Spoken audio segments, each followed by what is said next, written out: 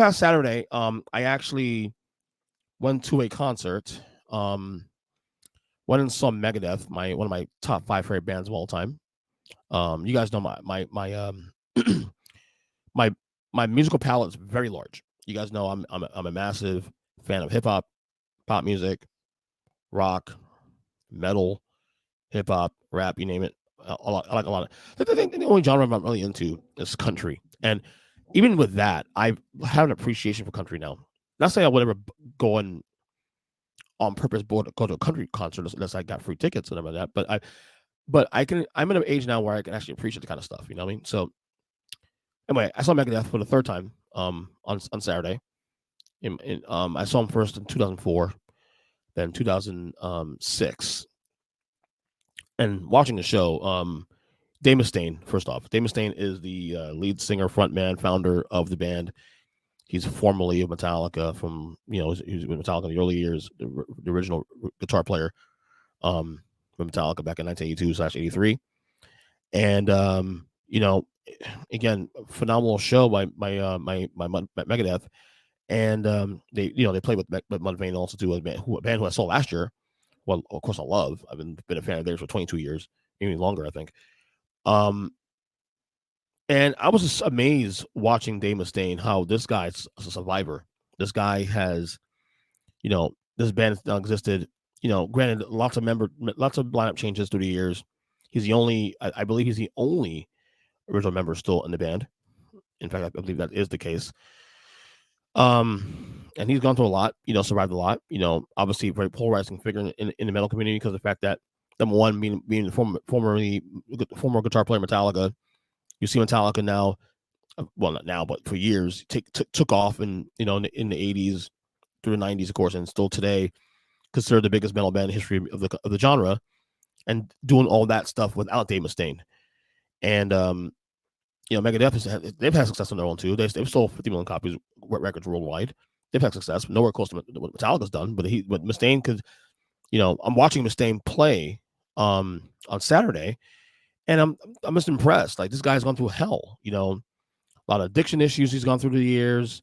I remember he had a situation where he broke his hand in 2000 and 2001, nearly put him on the shelf for good, indefinitely. He almost quit playing guitar. He almost quit playing guitar as a result. For coming back for another run with Megadeth. Then, even more serious, recently he overcame throat cancer a couple years ago. So she told about a guy that is a musical survivor, a guy who has gone through the ringer. And I'm watching this guy. I'm just proud of the guy. I'm watching the guy and just watching him see what he's doing. Even with in that 2024, a guy who's as close as mid-60s now. I think he's like 63, 64 years old, and he's still trucking and still doing the things he loves. I talked about earlier in the podcast about how I'm passionate about podcasting and putting out content.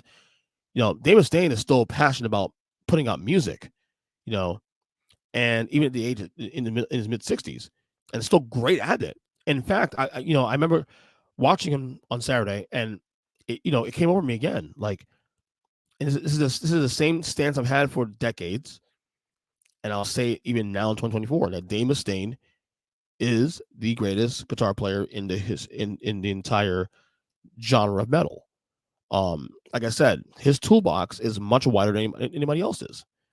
That includes James Hetfield, that includes Dimebag Darrell, that includes all these great guitar players. And look, there's great guitar players across the board in the genre. But Dave Mustaine to me is always been the one that stood out because he's writes some of the best hooks, above average to elite lead guitar player, above average to elite rhythm player, above average to elite songwriter, frontman. Obviously he was a singer. I mean, I'm not judging him as a singer because I would say his vocals are an acquired taste, but he has a lot to be proud of, man. And I really enjoyed the performance on Saturday. And I was thinking about a lot too, also, like, because I know obviously he gets, you think with Dave Mustaine, but he always got to pick up Metallica in the past. I was thinking about in watching. I was thinking about the conversation he had with Lars Ulrich. Lars, of course, is the drummer for Metallica. In the 2004 documentary on Metallica called Some Kind of Monster, which I spoke on this past, which I spoke about in the past on this podcast, which documented also Metallica's darkest period of the band in their 43-year history, when they were really in flux. They almost probably broke up. I mean, James Hetfield was in rehab at the time, and Jason Newsted had just left the band. Lars and Kirk were the only guys to hold the band up, and they had brought a therapist in full toll to help with the situation.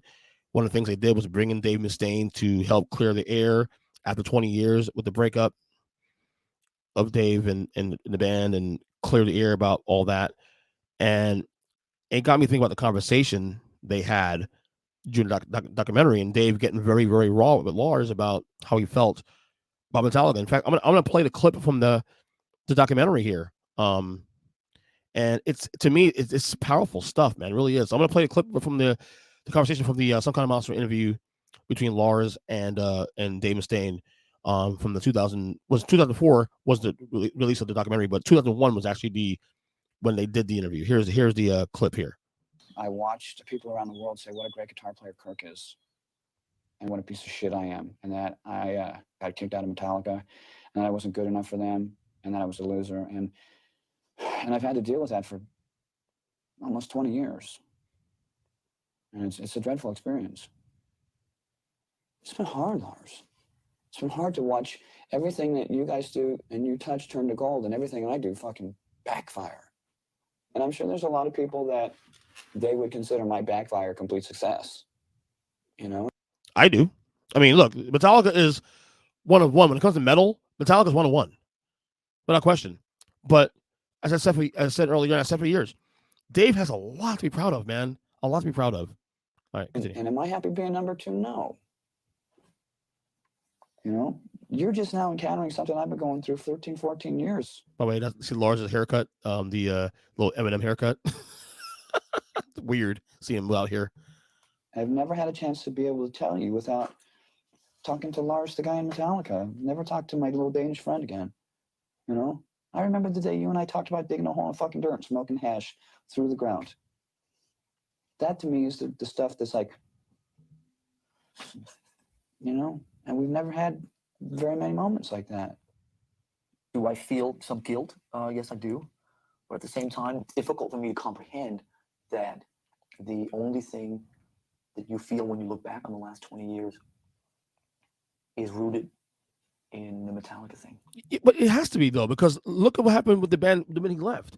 The band went from a metal, a legendary metal band, to now being one of the biggest bands, period, in the world. And Dave Mustaine, with his ego being as big as it is, you have to understand that he felt he fucked up. It's more of an interview. Okay. Have you ever thought what I've been through? I think I've had an awareness of the pain I caused you. That's not what I said. Okay. Do you have any idea of what I put you through? No. What I went through. I mean, people hate me because of you. You know, I walk down the street and I hear some piece of shit say Metallica at me, and they do that to taunt me. I mean, and that was the thing back in the days too. Also with Megadeth, Metallica, like you had to choose sides. Back in the day when I was saying before Metallica became dramatically huge, there was a time where like these two bands were probably neck and neck. Well, maybe Metallica's ahead, but Megadeth came out of the gate pretty strong. But once Metallica went, just Raw, and then especially when the Black Album happened in 1991, things changed. Metallica became the biggest band in the world at that point. So, and Megadeth did its own thing, and Euthanasia came out for that's in 91, and then Count to Extinction 94. Metallica at this point was one of the biggest artists / bands in the industry, period, not just metal. So that did a lot to Dave's psyche, So anyway. And when I would hear Metallica on the radio, I would be like, God, I have to turn this off because I just keep thinking, I fucked up. Right. This whole toll right there. I've been waiting for this day for a long time.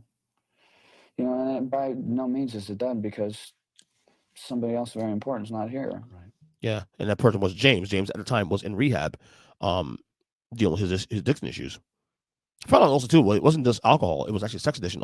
Sex addiction, apparently, allegedly, he was also in rehab for as well. At the time, he was married to his wife. They just divorced recently, a couple of years ago. So, Do I wish it was 1982 all over again and you guys woke me up and say, hey, Dave, you know what? You need to go to AA? Yeah.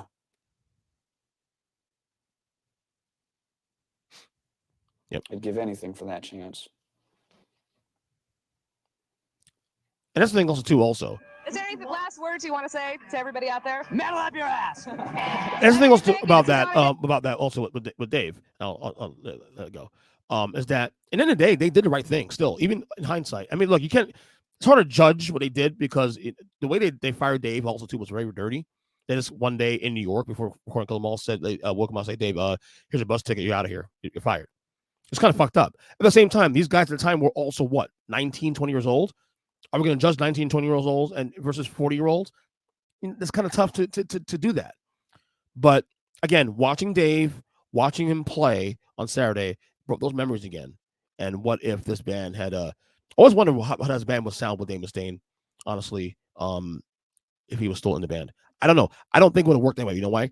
James and Dave Mustaine, James Hetfield and Dave Mustaine are two super male guys. Very, very, very masculine, very ego-driven guys. I think the reason why James and Kirk works because Kirk is not that kind of guy. Kirk is pretty humble, pretty quiet, pretty laid back, and allows James to take the reins, of course. I think Dave and James clashed too much. And honestly, selfishly, for me, I'm glad he got kicked out of the band because honestly, we never got Megadeth. And I'm a huge fan of Megadeth also. So, I mean, at the same time, it's like, great. I get best of both worlds. But, I always wondered what would have happened if Dave had been in the band. So, anyway. What else?